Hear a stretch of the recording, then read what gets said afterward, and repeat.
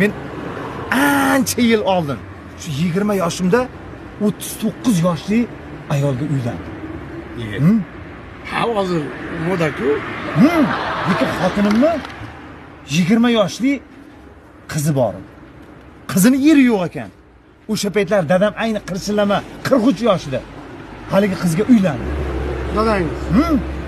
Natijada dadam xotinimga kuyov bo'lib qoldi.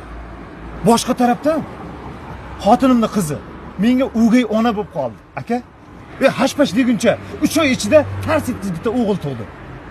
O'g'il. Ha, haligi o'g'il menga uka. Xotinimga nevara bo'lib qoldi. Boshqa tarafdan menga nevara bo'ldi. Natijada men ukamni bobosi bo'lib qoldim. 1-2 yil o'tib xotinim ham o'g'il tug'di, aka. Tabriklab qo'ysangiz bo'ladi. Tabriklayman. Dadamning xotini uchun uka, meni o'g'limga buvi yoki meni o'g'lim buvisiga uka bo'ldi, aka. Yana bir tarafdan xotinimning qizi meni o'gay onam o'g'limga opa bo'lib qoldi. Hammadan dahshati bu. Men o'g'limga jiyan bo'lib qoldim.